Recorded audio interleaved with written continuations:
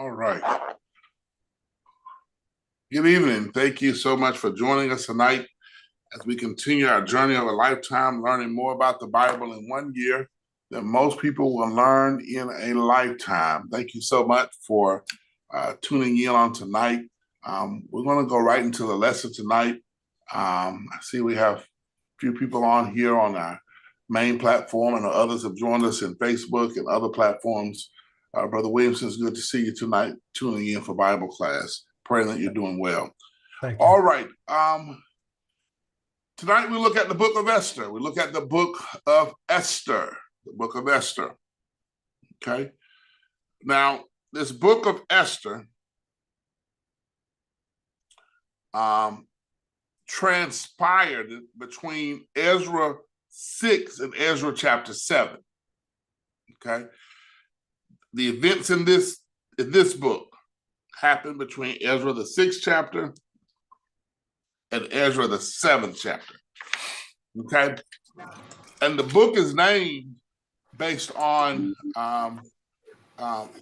its principal character. Its principal character is Esther. And that name Esther means star. Okay. Now, God's name is not mentioned in this book. God's presence is seen between the lines. Okay.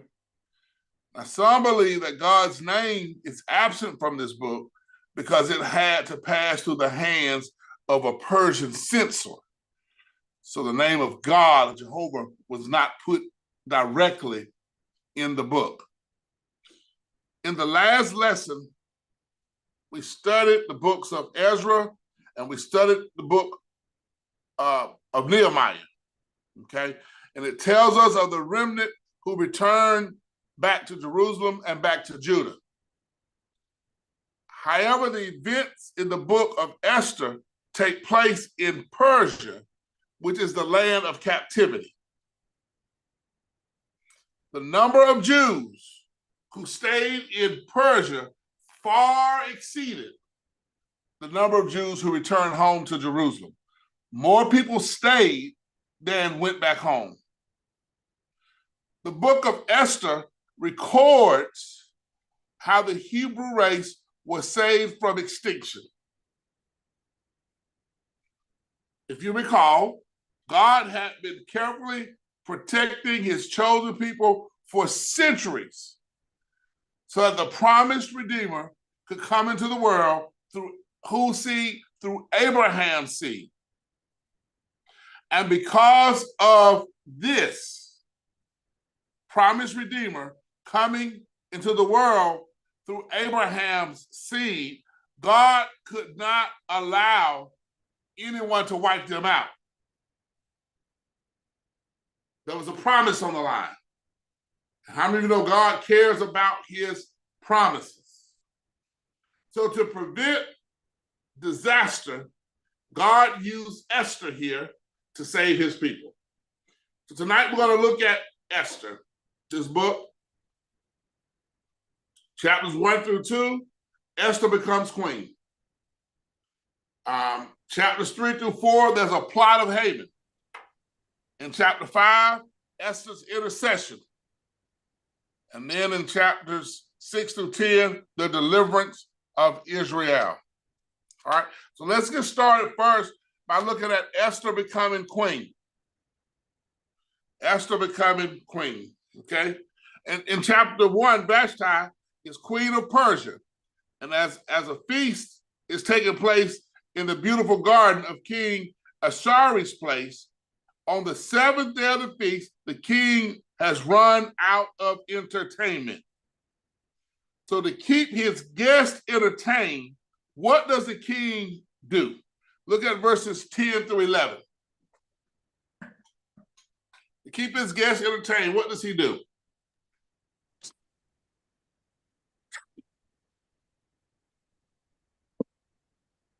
On the 7th day, when King, as everyone was in high spirit from wine, he commanded the 7 eunuchs who served him, Mehuman, Bethsar, Habana, Abgada, Zetar, and Caesar to bring for him Queen Vesta, wearing her royal crown in order to display her beauty to the people and nobles, for she was lovely to look at. So how was he trying, thank you, Brother Herbert, how was he trying to entertain them? By bringing out the girls to dance for him. No, he brings out his wife. Oh, his wife, okay. He orders his wife to show her beauty. Okay. Which probably means he's asking his wife to undress before his guests. All right. Now, yes. Now, remember in this time, women were treated like property. They didn't have rights of independence and interdependence. They were treated like property. Vashti, when she refuses to cooperate, the king is embarrassed in front of all of his friends. Okay? In anger, he asks his advisors, what should I do about this woman who's embarrassed me and disrespected me and didn't do what I told her to do? They tell him, now wait a minute, king, your wife's behavior will inspire the women in the kingdom to do what? To despise their husbands. If you don't get this fixed and you don't get this checked, all the women will start telling their husbands no. So when you look at verse 19, they advise the king to do something.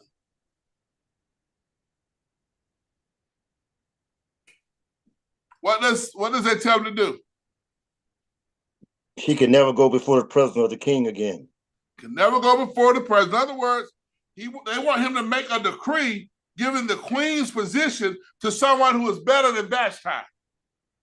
If she can't do what she's told to do, what she's told to do by you as your wife, then we're going to put somebody else in her place that's going to do what you tell them to do.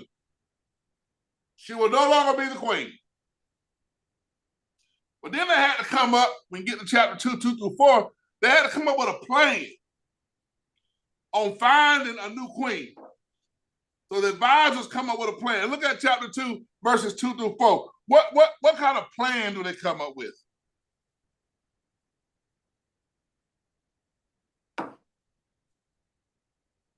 To me, they just had an addition to bring out different women to go before the king to see which one he liked the best.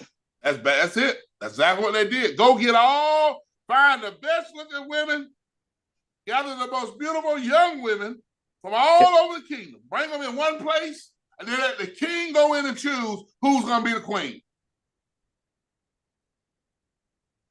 Get the best looking. Best looking. Get the honeys. Get the honeys. And bring them in here. Put them all in one place, and let the king go in and choose who's going to be the queen. Well, Esther, who had been adopted by her cousin Mordecai, guess what? In chapter 2, verse 15, she enters the contest. Esther is a very, Esther, I see you, Dr. Tommy. Esther is a very beautiful girl and is chosen to replace Vashti as queen. Okay? Now, once that happens, there's something that Mordecai does that we find in chapter 2, verse 21-23. There's an act that he performs. Look at chapter 2, 21-23.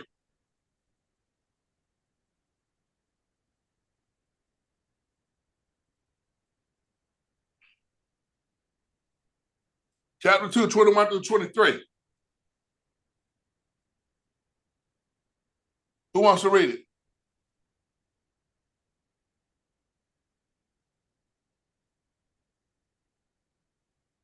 During the time Mordecai was sitting at the king's gate,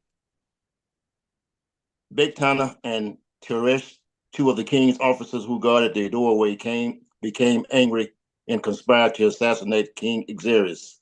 But Mordecai found out about the plot and told Queen Esther, who in turn reported it to the king, giving credit to Mordecai. And when the report was investigated and found to be true, the two officials were hanged on a gallows. All this was recorded in the book of the Annals in the presence of the king. Okay, so there was a conspiracy to kill the king. But Mordecai hears of the conspiracy. He tells Esther, who is his cousin, she goes back and tells the king, so the king's life is spared. I just want to show you something here. Had the king not been married to Esther, who was the cousin of Mordecai, the king may have been killed. Because Mordecai, even if he had heard it, would not have necessarily had a way to get the information to the king prior to the king being killed.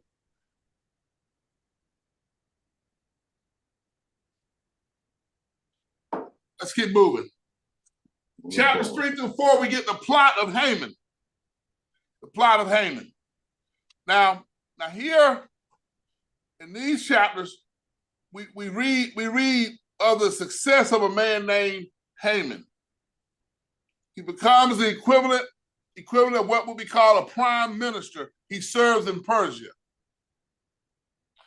This position gives him the highest rank in the land next to the king. However, his success becomes more of a disaster than a blessing. Haman is a little man, short in stature, but he's in a big position. He cannot overlook that one little Jew by the name of Mordecai. Can't overlook because Mordecai would not bow down to him.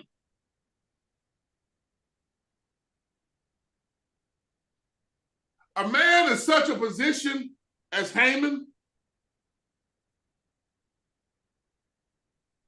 he should have the dignity to overlook the disrespect of one Jew. But because of Haman's pride, his ego, it will not let him overlook the disrespect of one. So guess what he does? He retaliates. Okay? And the way he retaliates, he goes to the king with a conspiracy. He convinces the king all the Jews in the kingdom are disloyal to you.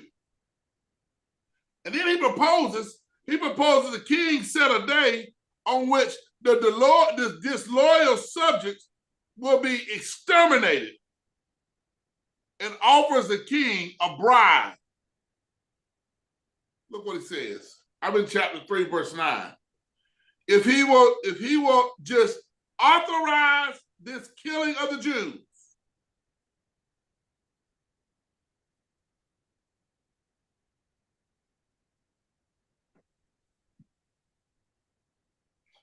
the king signs a decree ordering the Persian to destroy the Jews on the 13th day of the first month. And after they are to be destroyed, they are to have all of their property confiscated.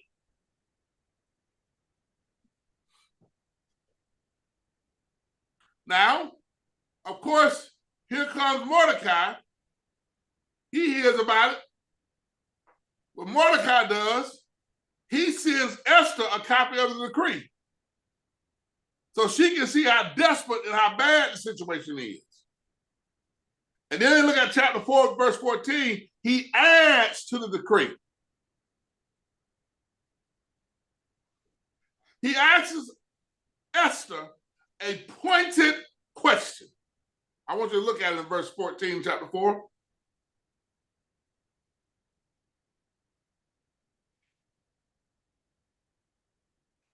What does he ask Esther in the letter, at the end of the letter, end of the decree? What does he add to the decree? Chapter 4, verse 14. He says, and who knoweth whether thou art come to the kingdom for such a time as this? whether you are put in the place of the kingdom for such a time as this. You see that in verse 14? Mm-hmm. All of us should consider this question. Why has God put me in this place for this time?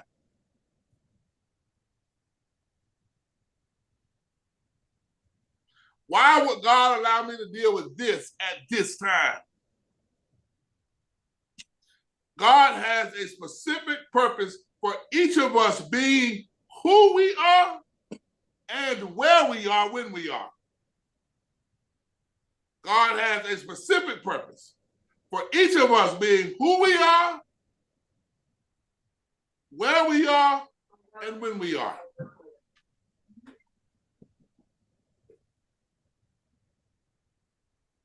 Haman has a plot to kill the Jews on the 13th day of the first month.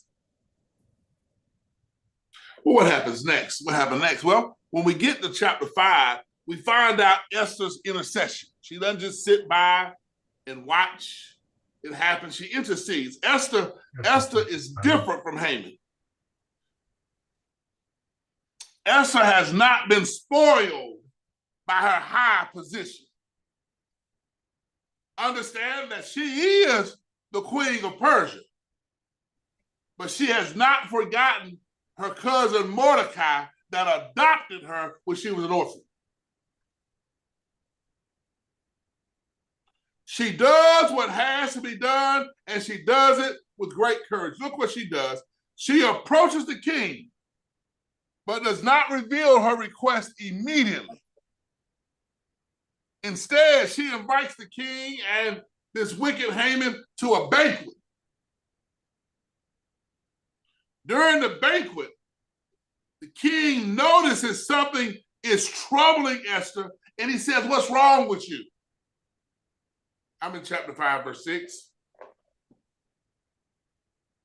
However, Esther tells the king she will make her request known, not today. I'll make my request known tomorrow.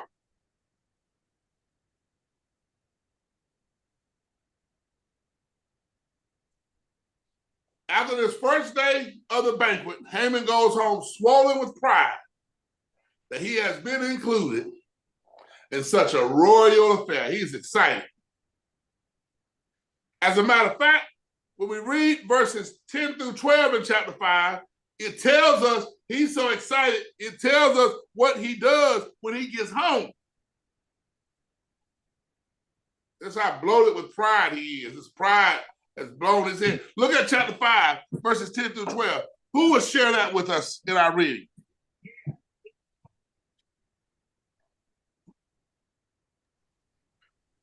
Let's see. Nevertheless, All right, go ahead. go ahead on. No, you go ahead. You go ahead.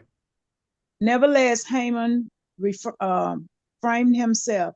When he came home, he sent and called for his friends. And Haman told them, am I reading the right one? Yes. Okay.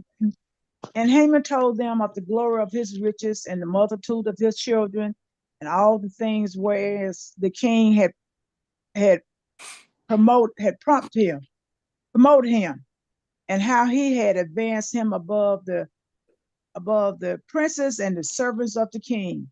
Haman said, moreover, that Esther the queen did let no man come in with the king unto the banquet that she had prepared, but herself. And tomorrow am I invited unto her also with the king. So thank you, Sister Sherman. What does he do? He goes home and brags. Of everything. He even brags and, hey, the queen had a banquet, her and the king, and I was the only one invited. And come tomorrow, when the banquet starts again, I'm gonna be the only one in there. Trying to make a fool out you, won't it? Dead man walking. Oh, he is gloating. He is excited. With all Haman has, position, prestige, and money, and favor with the king, there is one thing still standing between him and happiness. Look at 5:13 through 14. What is the obstacle? And how is he going to remove it? Like, do you this? Like, I had a great time. The obstacle is Mordecai. He still refuses to bow down to Haman. So at the suggestion of Haman's friends, a gallows is built upon which to hang Mordecai. He got it all. But Mordecai got his attention. He can't enjoy everything that God has given him because he's too focused on Mordecai. Oh, the devil will make a fool out you, won't he? God will bless you and elevate you, put you in places of favor. He'll do it. Mm-hmm. But you can't enjoy all that God has given you because you focus on somebody that don't even matter to you, really.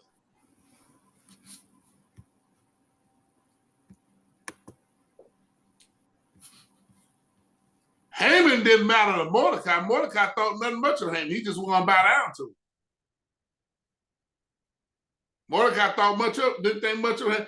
But Haman was his whole life was engaged with how he was going to get him back. How he was going to destroy him. And don't fool yourself. You got some folk, amen, I almost said another word. You got some folk that's all they concentrate on every day. That's how they're going to do something to hurt you. And don't fool you, don't kid yourself. You got some Hamans too that's plotting. Amen.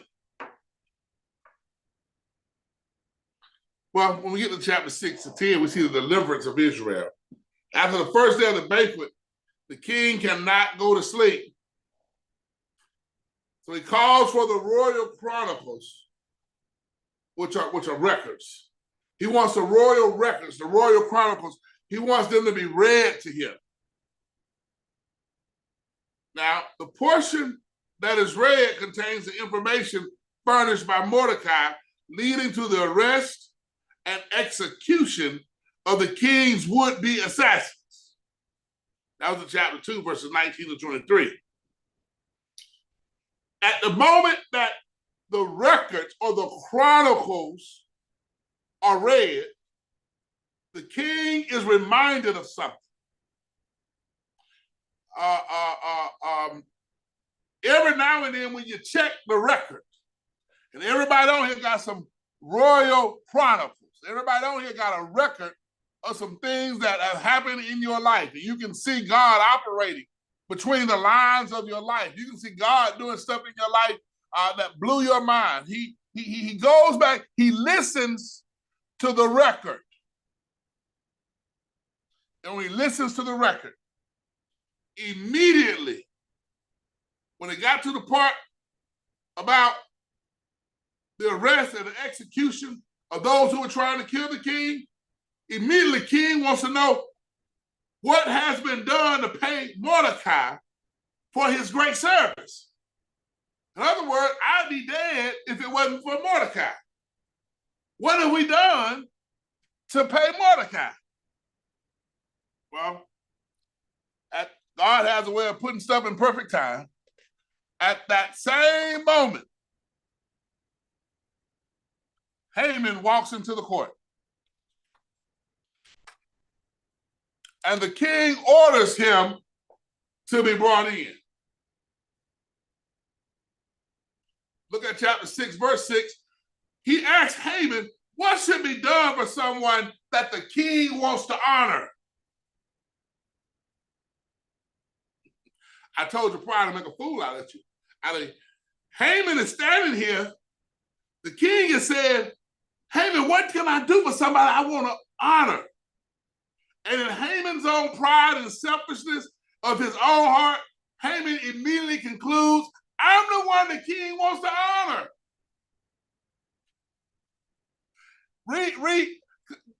Look at chapter 6, 7 through 9. I want you to see what he tells the king. Chapter 6, 7 through 9.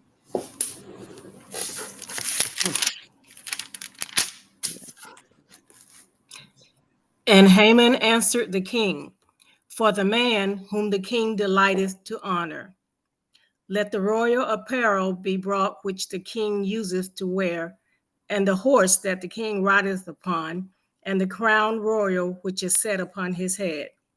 And let this apparel and horse be delivered to the hand of one of the king's most noble prince, that they may array the man withal whom the king delighteth to honor, and bring him on horseback through the street of the city, and proclaim before him, thus shall it be done to the man whom the king delighteth to honor. Thank you, Sister Carter. Haman says, hey, man, set him up.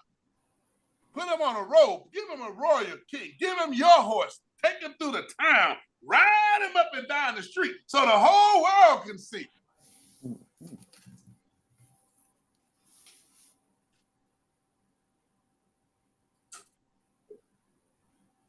You remember that part in the Bible where it says God will make your enemies be your footstool? Oh, yes. Watch what happens. When you get to chapter 10 through 11, first, God took Haman's advice. The king took Haman's advice. But look how God orchestrated it. The advice that Haman gave to the king,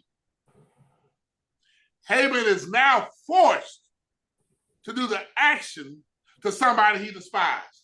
Look at verse 10 through 11, chapter 6.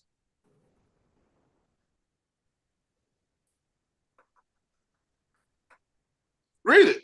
All right, it says, go at once. The king commanded Haman, get the robe and the horse and do just as you have suggested for Mordecai the Jew, who sits at the king's gate. Do not neglect anything you have recommended. So Haman got the robe and the horse. He robed Mordecai and led him on horseback through the city streets, proclaiming before him, this is what is done for the man the king delights to honor. My Lord, he prepares a table for you in the presence of your enemies.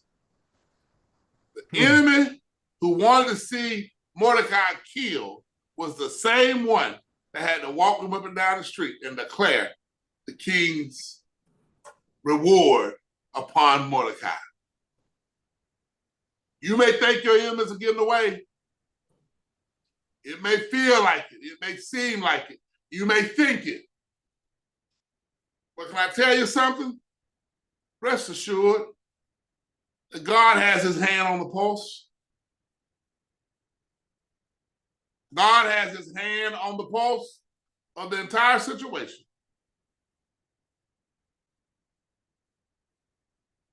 The king made Haman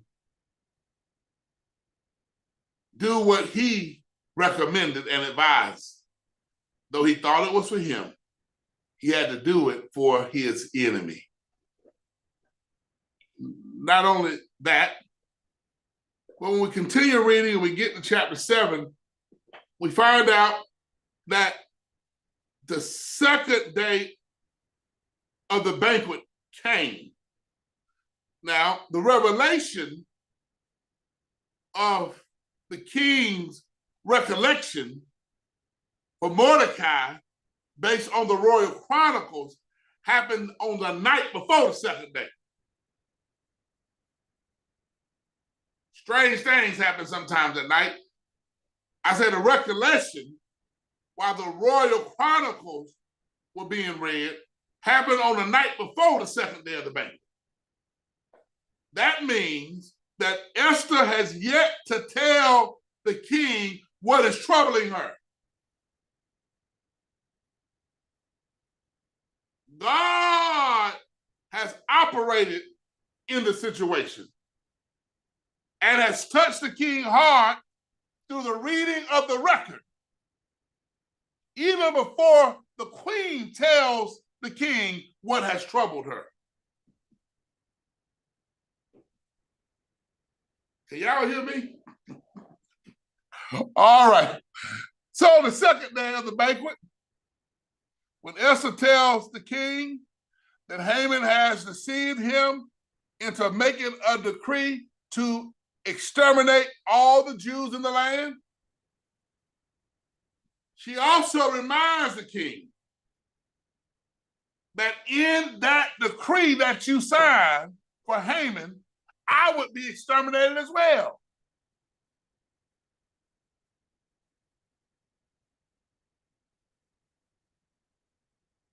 Look at verse 10. What does the king do? Chapter 7, verse 10.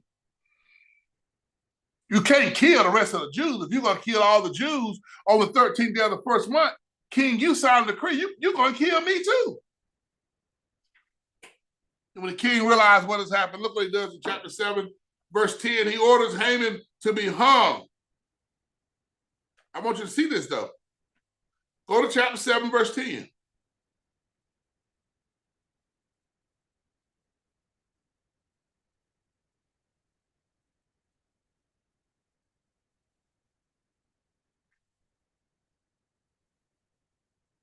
You see it? So you want somebody to read that? I like you to. If you're chapter 7, verse 10, I want you to see it. I want everybody to see it. I want you to read it so they can hear what they're supposed to be seeing. For the people that's driving and riding horses and bikes. Go ahead. So they hang Haman on the gallows that he had prepared for Mordecai. That's what I want to hear right there. So when the king recognized what had happened and how Haman had deceived him, what was meant for the destruction of Mordecai, the same gallows, were used for the destruction of Haman. The old folks said when you dig one ditch, you better dig two. Because one of them that you dig is going to be for you. You remember that old saying? That's where they got it from, right here. It was meant for Mordecai, but it wasn't used for Mordecai. God used it for Haman. So Haman is hung on the gallows that he built to hang Mordecai. Did y'all, I know it's Bible study, and I know it's on Wednesday, and I don't want to shout you in your house because it may shock some people, but did y'all hear what I said? I said that Haman is hung on the same gallows that he built to hang Mordecai on.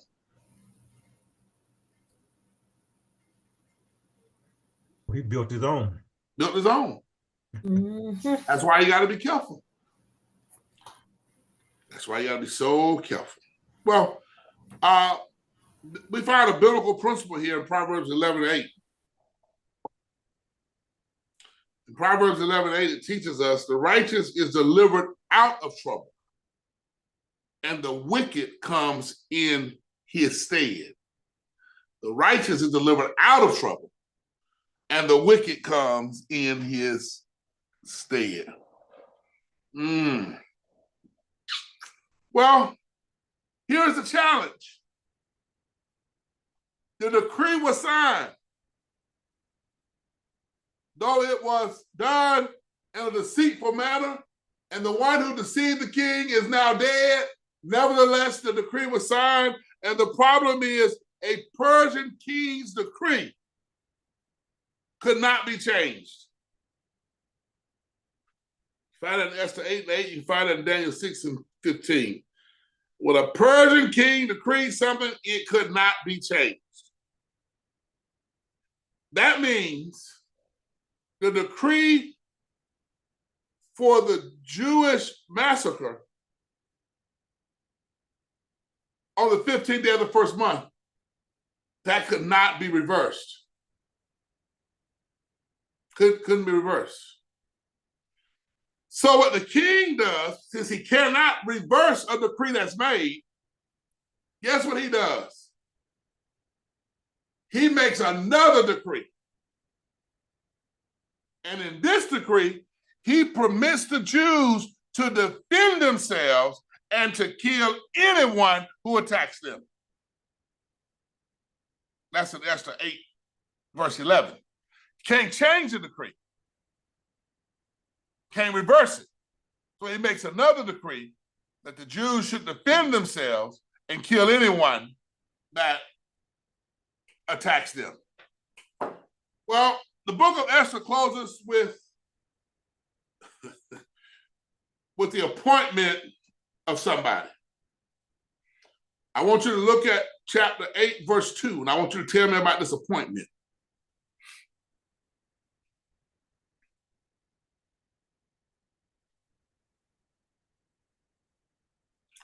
Chapter 8, verse 2. Can you see it?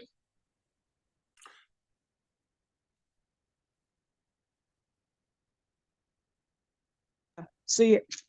All right. What happens? What happens? He Mordecai is what? Mordecai is advanced. Well, he's advanced with honors, and he become the king. I mean, well, he was honored by the king. The king gave him his ring. So I don't know what was the ring supposed to signify. I'm gonna show you. Mordecai gets a new appointment. He is the king's assistant. In other words, he is appointed to the position that was held by Haman.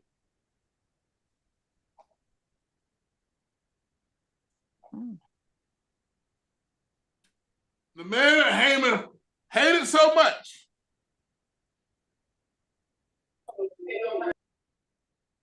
is now taking his place.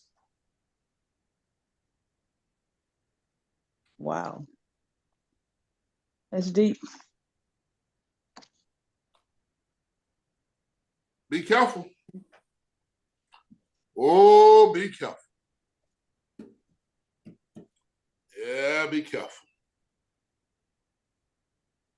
The book closes with a description of the origin of the Feast of Purim.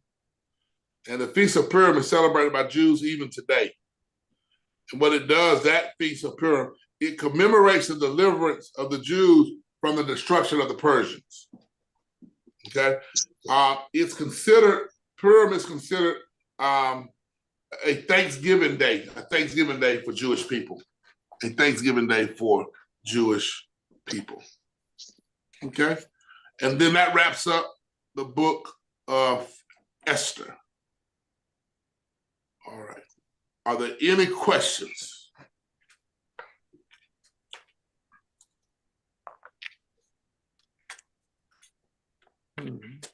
Any questions?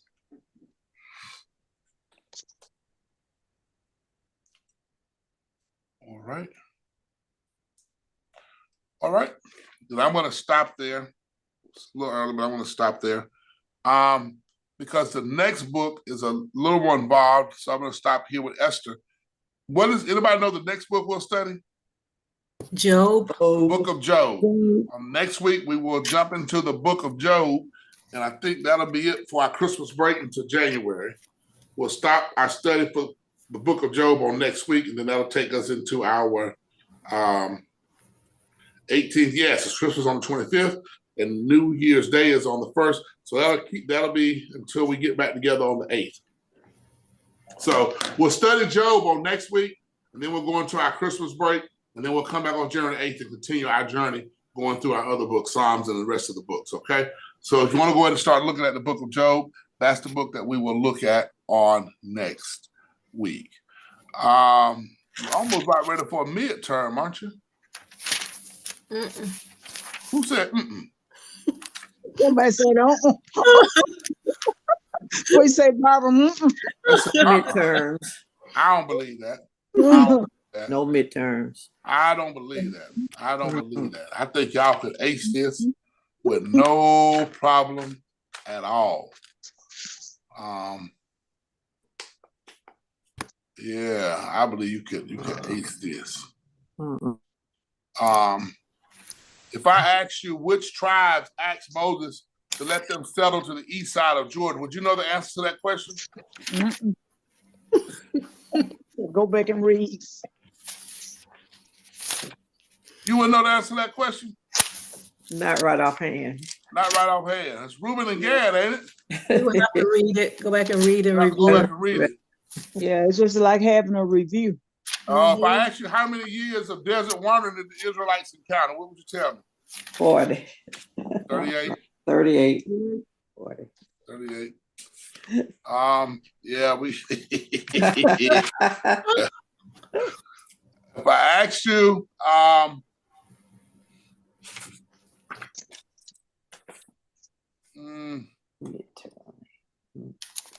that's not a fair question.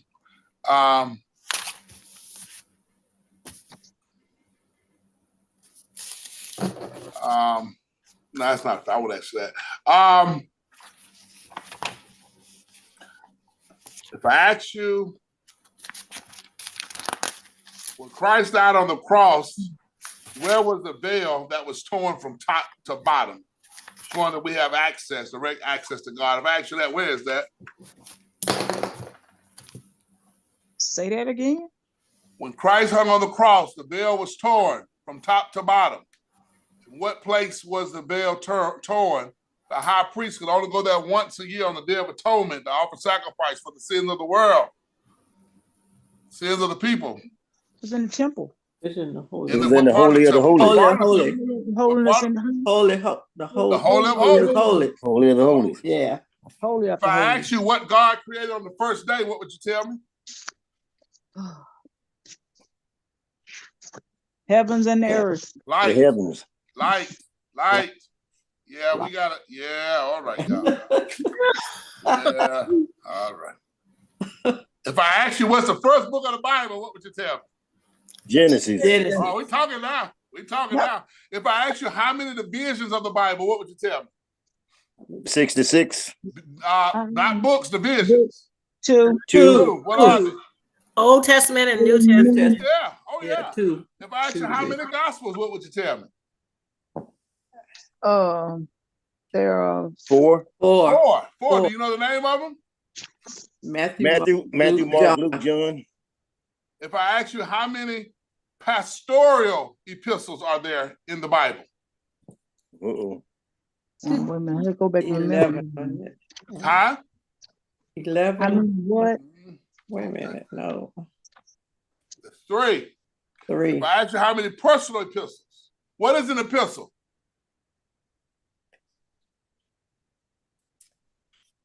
What is what? Letter. A letter. 11. All right. All right. Well, yeah, we better do a review before I give y'all this test, because Yes. yeah. If I ask you how many books of prophecy in the Bible, in the Old Testament, I'm sorry, would you know? 17, 5 minor. I'm sorry, 5 major, 12 minor. Remember that?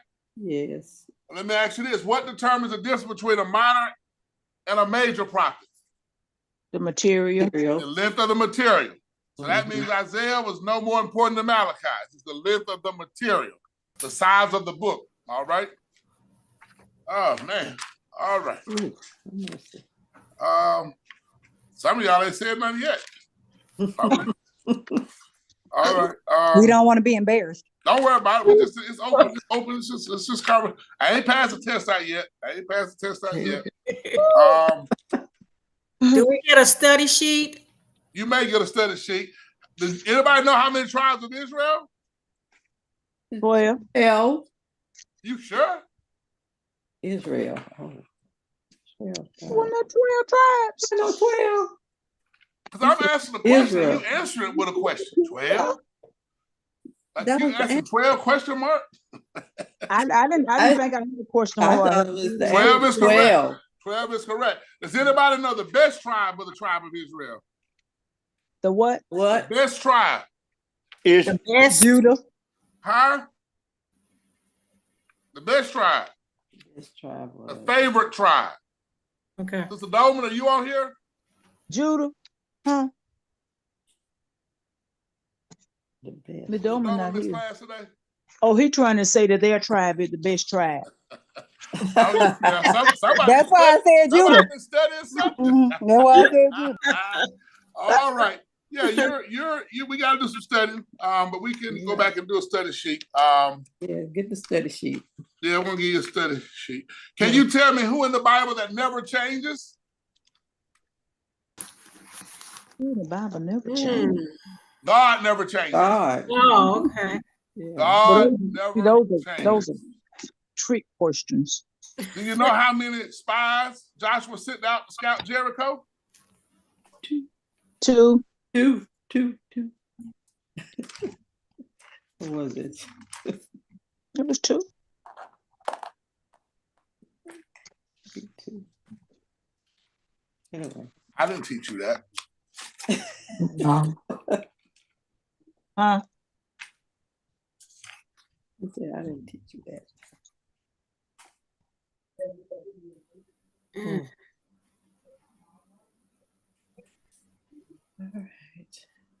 All right. Y'all know who Rahab is, right?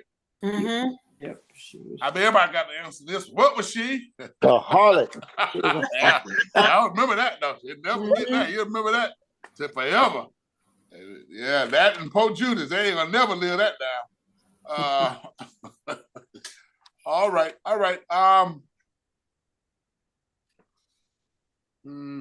Okay.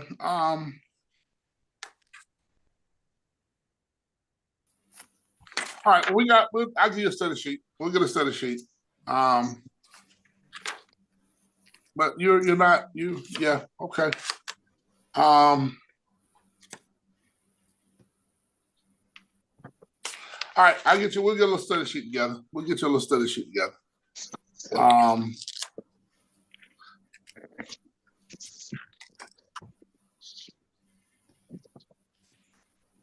All right. Do we know who left the king to help rebuild the wall? Do we know who do what? Who left the king's palace as a cupbearer to help rebuild the walls of their hometown?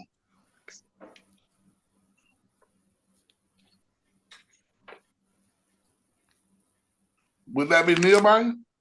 Nehemiah, yeah, that's him. It's Nehemiah. Rebuilds the city walls.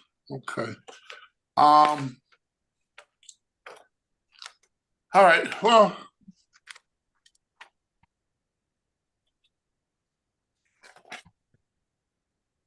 what book transpires between Ezra 6 and Ezra 7?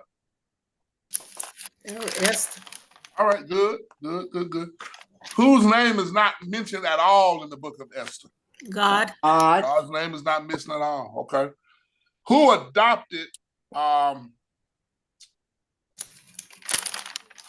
having Esther. Who adopted Esther? Mordecai. What was their relationship? Cousins. Cousins. Cousins. All right. Who plotted to kill all the Jews? Haman. Right. What happened to Haman? He was hung in his own. Hung in the gallows. Yep. Something that he built for somebody else. Here's a good question. Who confronted David? Which prophet confronted David with his sins? Oh. What prophet confronted David with his sins?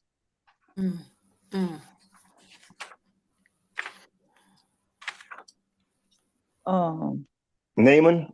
Nathan, good. Nathan, close enough. Nathan.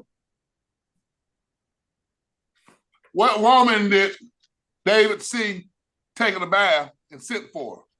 Bathsheba. I remember that though, don't you? What was her husband's name? I know he wasn't. What was his name? It starts with the U. Starts with the U. Uriah. Uriah. Yeah, if you put you on there, we may give you half credit. Thank you. All right, we'll get you a study sheet. We got a little more to go back on, and but we'll get you a study sheet before we drop it on you. But we're not quite half there, but we're getting close to being half there. All right. All right. I guess by the time we get to the book of Jeremiah, well, no. By the time we get to the book of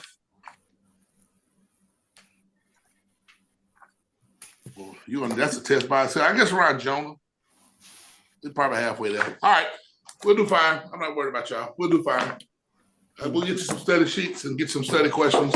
and you're gonna do just fine. If you don't do good, the teacher don't do good. All right. All right. All right. All right. We gotta go. What questions do you have? What questions do you have for me?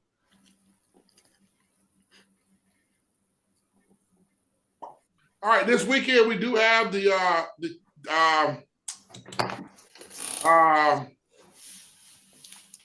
West Georgia. Winter gather meeting. If you have not registered, make sure you register when you get there. Okay, on site. But we want as many people to come as can come to represent the church. We're going to be at the Goodwill Center on Eisenhower Parkway off of 475. All right, right across from the Macon State University campus. All right. Any announcements?